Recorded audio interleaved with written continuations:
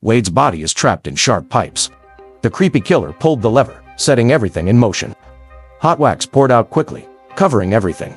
He made Wade into a human wax statue, unable to move. His new art form was then put inside weird wax tubes for display. Dalton, always curious, wandered into the wax museum and noticed Wade wasn't moving at all. Curious, Dalton reached out to check on him. Dalton touched him, but Wade's face cracked wide open. Inside, there was nothing but blood and raw, red flesh.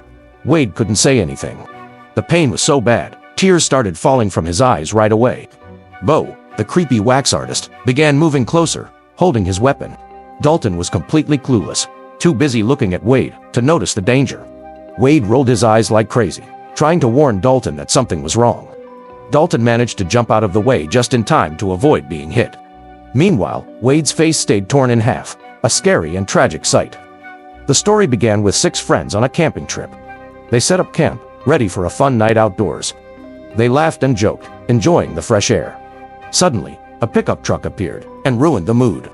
The driver kept their high beams on, blinding everyone. They didn't turn off the lights, clearly trying to annoy them. Frustrated, Nick grabbed a bottle and smashed the truck's headlight. The truck didn't react and just drove off, leaving everyone uneasy. The next morning, while packing up, the group noticed smoke from their car. They opened the hood and found the belt had snapped. Meanwhile, Carly and Paige smelled something awful coming from the forest. Curious, they followed it and slid down a steep hill. At the bottom, they found piles of rotting animals. That was the source of the terrible smell. Carly shouted for help and eventually got someone's attention. Not long after, a rusty old truck rolled up out of nowhere. The driver seemed unbothered, casually loading up the dead animals like it was just another Tuesday. The group quickly asked him if there was a car repair shop nearby. The guy offered to take them into town, though something about him felt off. So, they decided to split up into 2 groups. Wade and Carly hopped into the truck to head to town and grab the car parts. Meanwhile, the others stayed back at the campsite to hang tight. On the way, the truck driver kept driving all over the road, totally distracted. Worse, he kept sneaking creepy glances at Carly, making her skin crawl. Not taking any chances, she and Wade decided to jump out of the truck early. Luckily, they didn't have to walk long before a small, quiet town came into view. Weirdly though, the streets were completely empty, like a ghost town. They headed to the gas station, hoping to find someone who could help. Wade figured they might be able to grab the car parts there. They shouted for help, but the place was eerily silent. No one answered. Frustrated, they decided to check out the church nearby. When they opened the church door, a funeral was happening inside. A man stormed toward them, clearly not happy about the interruption. He scolded them, annoyed by how careless they'd been. Carly and Wade quickly apologized, trying to calm him down. After talking for a bit, they learned his name was Bo, and he wasn't just anyone. Turns out, Bo owned the gas station in this strange little town.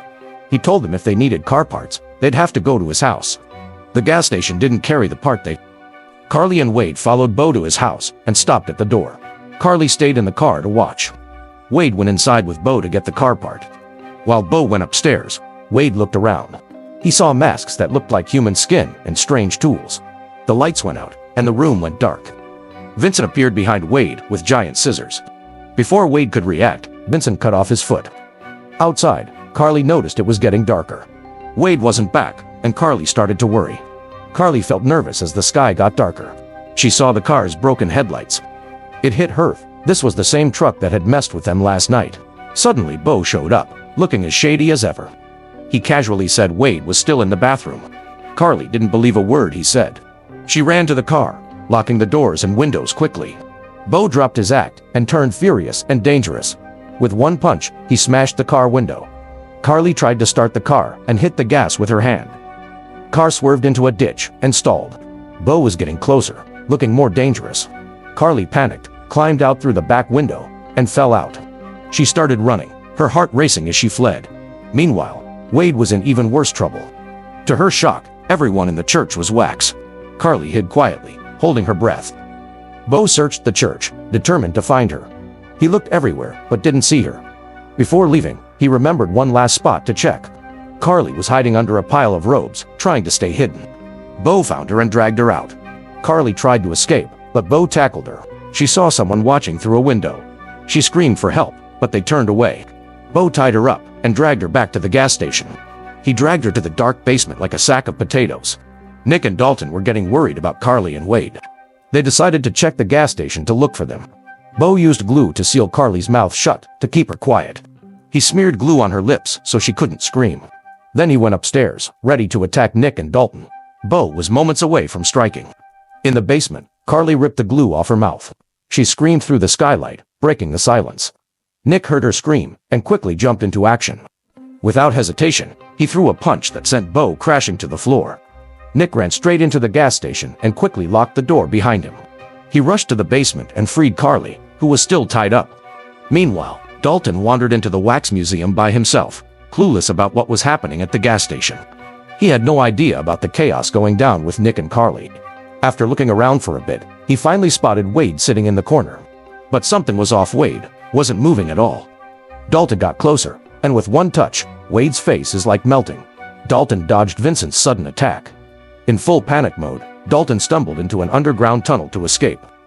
But Vincent caught up fast and shoved Dalton to the ground. As Vincent crept closer, Dalton froze in terror. Dalton was so scared he couldn't even think about running. Vincent made his move without any hesitation. And just like that, Dalton didn't stand a chance. It was game over.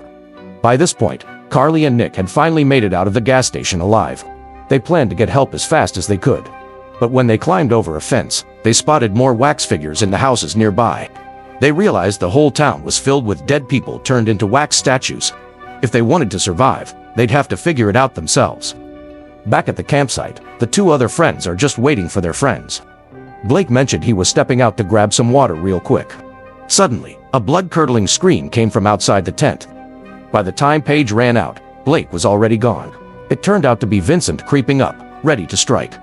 Paige ran as fast as she could, heading into an old, abandoned factory. Vincent was right behind her.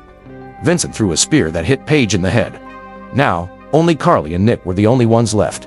Smashing some glass, they grabbed a set of bows and arrows to defend themselves. But before they could catch their breath, Bo came after them with a shotgun. Luckily, Carly and Nick managed to dodge and escape just in time. They ran into an old creepy movie theater to hide. But to their horror, the entire audience was made up of wax figures of real people. To avoid being caught, they stood perfectly still, pretending to be part of the display. Unfortunately, Bo wasn't fooled for long and saw through their act. He aimed his gun at Carly and fired. Thankfully, Carly dodged just in time and avoided the shot. Nick fired an arrow, hitting Bo in the arm and slowing him down. They used the distraction to flee the theater. As Bo stumbled after them again, Nick was ready, waiting in ambush. With one clean shot, Nick struck Bo straight in the chest. After making sure Bo wasn't moving anymore, Carly and Nick rushed back to Bo's house, hoping to find their missing friends. They searched the place, desperate to find Wade and the others. Carly stumbled upon a pistol hidden in a closet. She tried to break the glass, but there was a layer of iron mesh behind it, blocking their way out. Carly quietly searched the room, hoping to find the key to the cabinet. Instead, she stumbled upon an old photo of two brothers hidden in a drawer. That's when they realized Bo had a twin brother. Suddenly, a voice echoed from outside the door, making their hearts race. They assumed it was Vincent, the psycho twin. But, to their horror, it turned out Bo wasn't dead yet. Just then, they heard a car pull up outside the window. Vincent had arrived, bringing even more trouble. Carly glanced outside and saw her friend's lifeless body lying nearby. Feeling hopeless, she crawled under a table, barely breathing to avoid being caught. To make things worse, Bo found the photo Carly had dropped on the floor. Realizing someone was nearby, Bo started searching the room. Carly snuck past both brothers and reunited with Nick in the basement. There, they saw Dalton had been turned into a horrifying wax statue. They had no time to grieve before danger struck again. Vincent stormed after them, holding a huge knife.